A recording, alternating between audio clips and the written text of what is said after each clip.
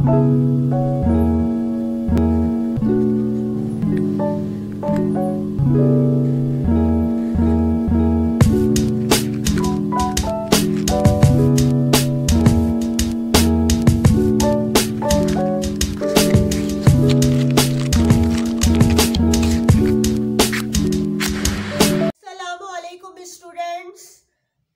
हैं सब? यकीनन ठीक होंगे आप लोग।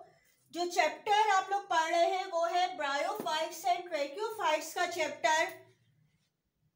प्रीवियस लेक्चर में मैंने आपको ट्रैकियोफाइट्स के कैरेक्टरिस्टिक्स को समझाया था और इसके जो है ग्रुप्स को डिफाइन किया गया था। तो एक दफा फिर जरा देख लेते हैं ये ट्रैकियोफाइट्स को जो ग्रुप्स में डिफाइन किया गया था कौन से थे।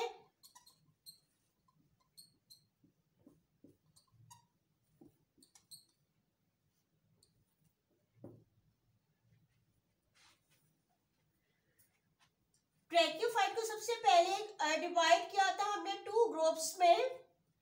फर्स्ट कहलाते हैं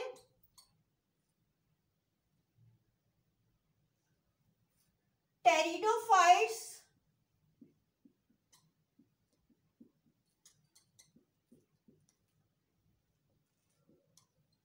and second one is called spermatophytes.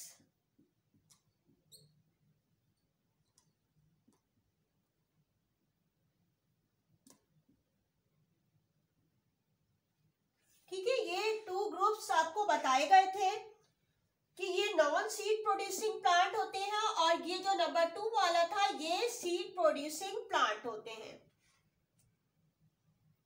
इसके बाद मैंने आपको बताया था pteridophyte further divided into 4 groups.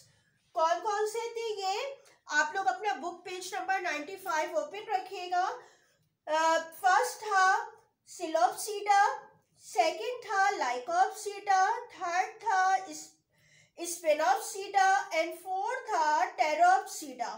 ठीक है, ये 4 ग्रुप बताए थे और इसमें जो टेरोप्सीडा है जिसको फर्न भी कहा जाता है, इसके ही रिलेटेड जो है आज हम उसकी एग्जाम्पल पढ़ेंगे।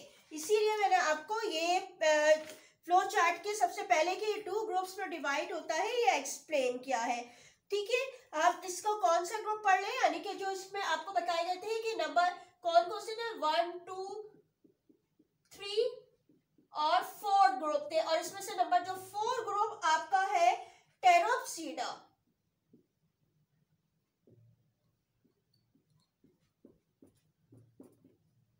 ठीक है, जिसको हम फर्न भी कहते हैं। ठीक है, ये आज एक्सप्लेन होगा।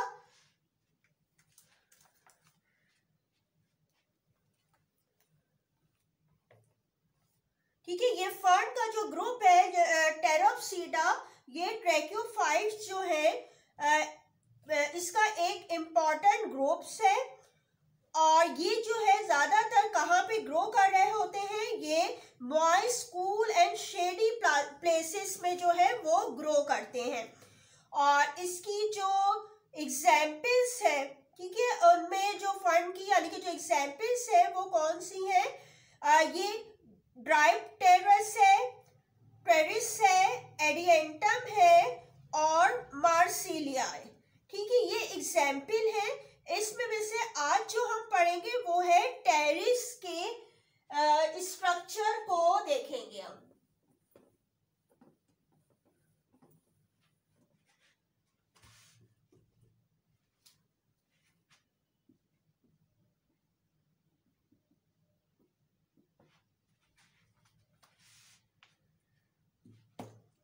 ठीक है, ये जो टेरिस जो एग्जाम्पल है फर्न की, अगर हम इसके सबसे पहले इसके हैबिटेट के बारे में देखें तो ये कहाँ पे मौजूद होते हैं, तो ये ज्यादातर जो है डैम शेडी प्लेसेस में ग्रो करते हैं। यानी कि अगर हम इसका हैबिटेट देखें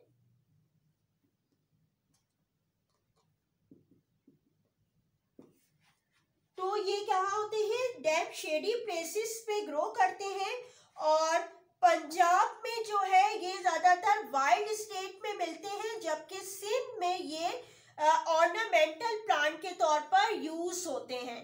ठीक है, यानी कि ऑर्नामेंटल यानी कि डेकोरेशन के लिए जो है इनको इस्तेमाल किया जाता है इन टेरेस प्लांट्स को। अच्छा, जो इसका जो मेन प्लांट होता है वो कैसा होता है, ये स्पोरोफाइट होता है।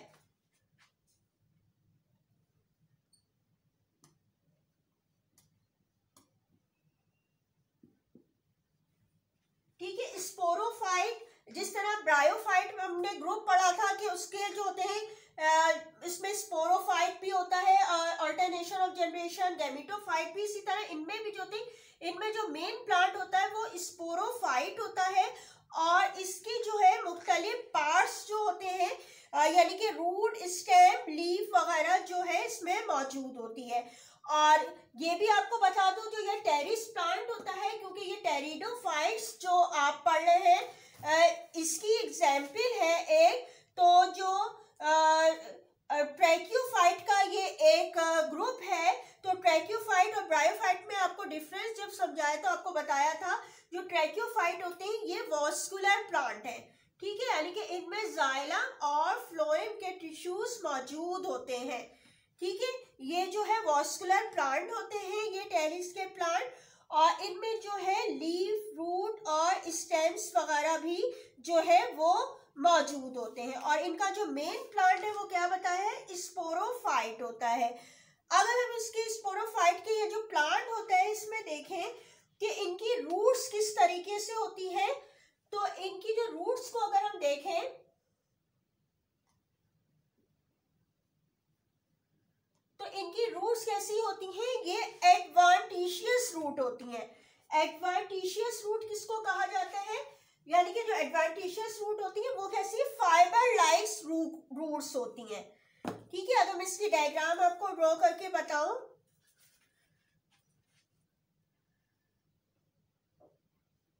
ठीक है, यानी कि एडवांटिशियस रूट होती हैं, फाइबर लाइक जो होती है वो इनकी जो है वो रूट्स मौजूद होती हैं। ठीक है, इस तरह ब्रांच हुई भी मौजूद होती हैं, जिनको हम क्या कहते हैं, एडवांटिशियस रूट।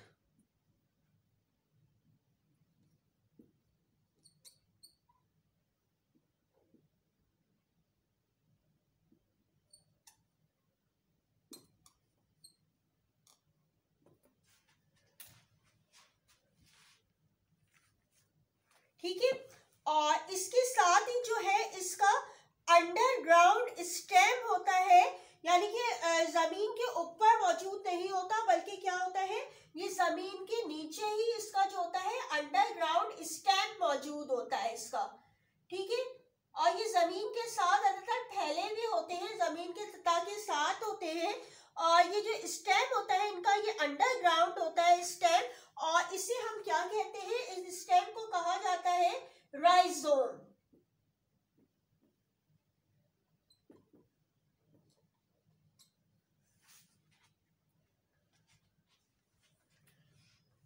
ठीक है, इसको हम कहते हैं राइजोम। अच्छा, इसके बाद आ जाते हैं इसकी लीफ के स्ट्रक्चर पर। जो लीव्स इसकी होती हैं दरअसल कैसी होती हैं, ये पहले तो जो जमीन के अंदर से होता है, जब ये निकलता है तो इसकी जो लीव्स होती है वो किस तरह होती है, ये फोल्ड हुई होती है यूं। लेकिन जैसे जैसे ये क्या होता है, मैच्योर होता जाता है, तो ये लीफ जो होती है ये ऊपर की तरफ जो है वो ग्रो कर जाती है। ठीक है, और इसके जो लीफ होती है दरअसल ये पिनिएट कंपाउंड लीफ कहलाती हैं। अब ये पिनिएट कंपाउंड लीफ इन्हें क्यों कहा जाता है, क्योंकि इनकी अरेंजमेंट ऑफ लीफ के लिहाज से, यानी कि जो इसकी जो बीच की आपको पता है जो मौजूद होती है, जिस तरह पेटियोल जिसको कहते हैं, लीफ की एक डंडी जिसको कहा जाता है स्टॉक को पेटियोल, तो उससे जो है दोनों साइड पे जो है इसकी लीफ अरेंज होती है। किस तरह होती है हम इसको देख लेते हैं पहले। इसकी लीव्स,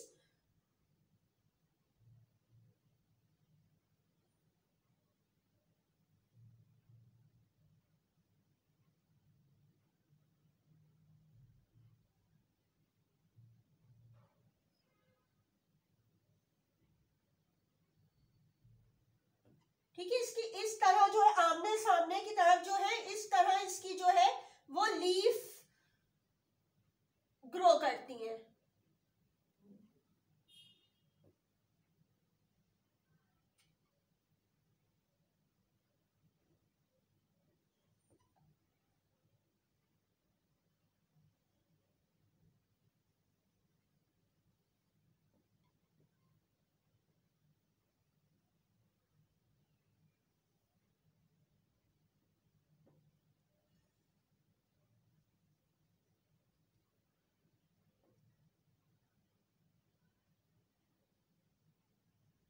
ठीक है, इस तरीके से ग्रो होती है और सबसे ऊपर जो होती है वो एक सिंगल जो है वो इसकी मौजूद होती है लीफलेट। अच्छा, जो इसकी जो लीफ के बारे में बताया है, जो पिन्नेट कंपाउंड लीफ जो होती है इसको क्यों कहा जाता है, इसकी अरेंजमेंट के लिहाज से कहा जाता है कि एक इस साइड पे तो एक इस साइड पे जो मौजूद होती है, और इनकी लीव्स जो होती हैं इनको हम कि ये मेन एक्सिस से जो है वो निकल रही होती हैं, यानी कि जो इनका जो मेन एक्सिस है वो लीफ का वो ये क्या है, ये है। और इनकी जो छोटी छोटी जो ये है, ये क्या चीज मौजूद है, ये लीफलेट्स कहलाती हैं।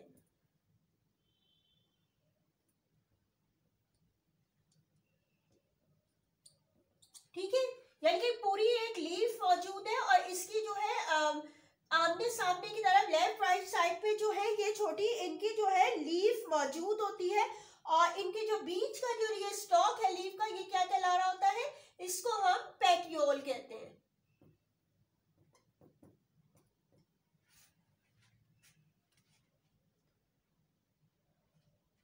ठीक है, ये इसका जो है ये लीफ का जो है वो स्ट्रक्चर ड्रॉ किया गया है। अच्छा, इसके साथ ही ये भी बता दूं कि इनकी जो लीफ की जो होती है इनकी निचली सतह पर, यानी कि इनकी बैक सरफेस के ऊपर लीफ के जो सरफेस होती है उसमें रिप्रोडक्टिव स्ट्रक्चर्स मौजूद होते हैं जिनको हम कहते हैं सॉरी। ठीक है, क्या कहलाते हैं, सॉरी, यानी कि लीफ के जो बैक साइड पे है इस तरीके, इसके पीछे की साइड पे ये इस तरीके से जो है साइड पे स्ट्रक्चर ये राउंड राउंड इस तरह मौजूद होते हैं, ये इसके रिप्रोडक्टिव पार्ट होते हैं जो कि क्या कहलाते हैं, सॉरी कहलाते हैं। ठीक है, इसमें हर में जो इसके पिछली साइड पे जो ये मौजूद होंगे इस तरीके से ये राउंड स्ट्रक्चर मौजूद होते हैं, ये रिप्रोडक्टिव इनके पार्ट्स होते हैं। और ये जो पार्ट्स होते हैं इनको जिनको सॉरी कहा जाता है, ये दरअसल ये लीफ के नीचे की जो ये स्ट्रक्चर मौजूद होते हैं ये स्पोरेंजिया होते हैं, और जिनमें प्लांट में ये लीफ में मौजूद होते हैं स्पोरेंजिया, इन्हें जो है हम स्पोरोफिल कहते हैं। ठीक है, और इनमें जो क्या मौजूद होते हैं, स्पोर्स मौजूद होते हैं। ठीक है, जो कि रिप्रोडक्शन में हेल्प करते हैं।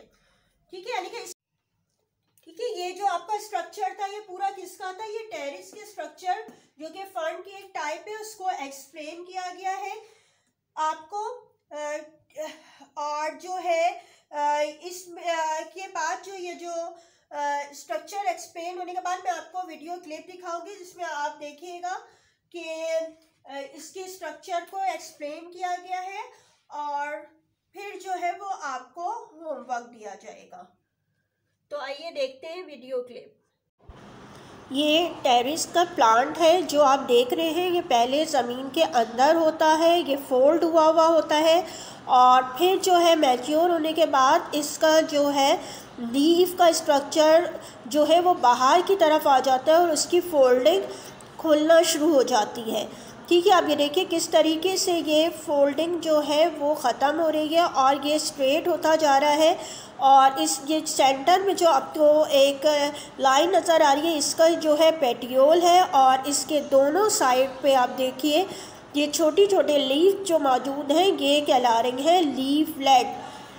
ठीक है, इनको हम लीफलेट कहते हैं, और सेंटर में जो है सबसे ऊपर की तरफ टॉप में एक लीफ मौजूद होती है, और पूरे प्लांट की बाकी हिस्सा जो है इसमें दोनों साइड्स पे जो है लेफ़्ट और राइट साइड्स पे ये लीव्स जो है वो मौजूद होती हैं। ठीक है, ये जो आपका प्लांट है वो कौन सा है, ये टेरिस का प्लांट है। Beautiful plants with low maintenance requirements and varieties to suit all gardens. Ferns are something you will absolutely enjoy growing. In the ornamental plant series, today we will look at growing ferns.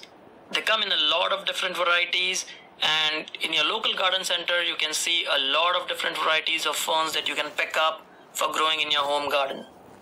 And there are a lot of fern varieties, over hundreds of thousands of varieties that you will find.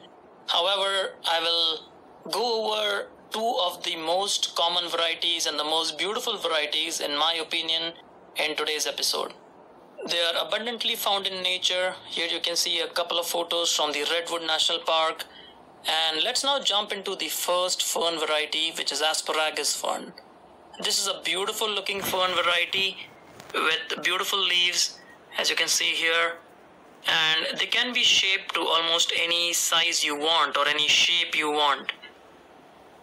Just like all other ferns, they love shade and they produce these nice green leaves, and the only maintenance they really require is pruning, and as I mentioned, you can shape them into any form that you want. And we will talk in more detail when we look at our next fern variety, which is the foxtail fern, which is another very popular fern variety that you can easily find in almost any gardening store. And since the leaves look like the tail of a fox, it gets its name, the foxtail fern. And as you can see here, this is a beautiful looking fern variety. The one that you're seeing right here has a little bit of yellow leaves, and ferns are shade loving plants. So even with the slightest sunlight, you will see that some of the leaves turn yellow, and that is why it's recommended that you grow ferns in shade or partial shade at least. And let's look at the watering requirements now. Most ferns like moist and humid conditions, so don't let your fern plants dry out. Just make sure they're on a good drip irrigation schedule, and that way they can produce the best leaves. If you have weeds growing around your fern plant, make sure that you remove those weeds because they will compete for water and nutrients. And since you water your fern plants a lot, you can see weeds like clover growing around your plant like you see here. So just make sure you remove all the weeds around your plant, and then your plant will stay healthy. Ferns prefer soil that is loose and rich with organic matter. They don't really need a lot of fertilizer, but if you want healthy plants and you want nice green leaves on your fern plant, then you can use either of these two fertilizers. You need to use a high nitrogen fertilizer for good leaf growth. So if you're using an organic fertilizer, you can use blood meal, which is high in nitrogen. And if you like to use salt-based fertilizers, you can use a high nitrogen fertilizer like the one you see on your screen here, or any all-purpose fertilizer. So the maintenance that you need to do for all fern plants is pruning the dead leaves. The fern leaves will dry and become yellow and brown, so you need to remove them to preserve good aesthetics for your plant. And just by doing that and by regular watering, you can have beautiful fern plants that will adorn your garden. Class 9 homework देख लीजिए अपना। Question number 7 तक मैं आपको करवा चुकी हूँ। Question number 8 है, write a short note on Pteris a common fern, also draw and label a diagram. ठीक है, ये जो है आपको नज़र आ रहा है, ये आपने इस तरह लिखना है। सेंटर हेडिंग डालिएगा, पहले स्ट्रक्चर ऑफ टेरिस, ठीक है, और उसके बाद साइड हेडिंग डाल के इसको कंप्लीट कीजिएगा। और इसके बाद आपने डायग्राम ड्रॉ करनी है। बुक से आप टेरेस की डायग्राम ड्रॉ करेंगे। बुक पेज नंबर 96 पे दी गई है, ये डायग्राम आप ड्रॉ कर लीजिएगा। और इसके साथ ब्रैकेट पे फर्ट प्लांट लिखा हुआ है, ये भी लिखिएगा। और लीफलेट एडवांटिशियस रूट, इसकी लेबलिंग जो है ये आप जो है इस तरीके से कर लेंगे, तो आपका ये जो आंसर है ये कंप्लीट हो जाएगा। ठीक है, यानी कि आंसर नंबर 8 आपका कंप्लीट हो जाएगा। इसके बाद जो आपको रिमेनिंग क्वेश्चन आंसर है वो नेक्स्ट लेक्चर में एक्सप्लेन होंगे। थैंक यू, अल्लाह हाफिज़।